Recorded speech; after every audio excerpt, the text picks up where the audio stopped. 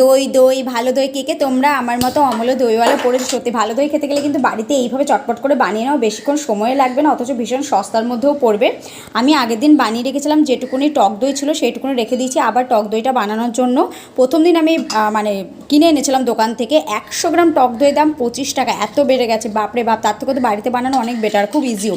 সেই জন্য একটুখানি টক দই বাঁচিয়ে রেখে দিয়েছিলাম, সেইটুকুনিকে ভালোভাবে ফেটিয়ে নিলাম জলের মতো। এবার জল জল হয়ে গেছে, এরপর আবার হাঁড়ির মধ্যে দিয়ে দিলাম। হাঁড়ির মধ্যে আবার আমি এরকম করে ফেটিয়ে নিলাম। এরকম হাঁড়ি তোমরা যে কোনো দোকানে দশকর্মা ভাণ্ডারে পেয়ে যাবে। এরপর দুধটা গরম করে নিয়েছিলাম, ঠান্ডা হয়ে গেছে, আঙুল চোবানোর মতো হলেই তোমরা এরপর পুরো দুধটা হাঁড়ির মধ্যে ঢেলে দাও। তারপর এর মধ্যে আবার ফেটিয়ে দাও। ফেটিয়ে রাখার পরে এরপর 6 থেকে 7 ঘন্টা এইভাবে কিচেন টাওয়াল বা যে কোনো কিছু গরমের মধ্যে এটাকে রেখে দিতে হবে, তাহলে আরও বেশিভাবে জমে যাবে। 6 থেকে 7 ঘন্টা তোমরা রেখে দাও। আমি এটা কড়াইয়ের মধ্যে বসে এইভাবে ঢাকা দিয়ে 6 থেকে 7 ঘন্টা রেখে দিলাম। আর হ্যাঁ, এই গরমের দই মানে গরমের জন্য কিন্তু টক দই খাওয়া ভীষণ উপকার এবং ভীষণ ভালো, অনেকটা পেটের চর্বি এইগুলোও কিন্তু কমিয়ে দেয়।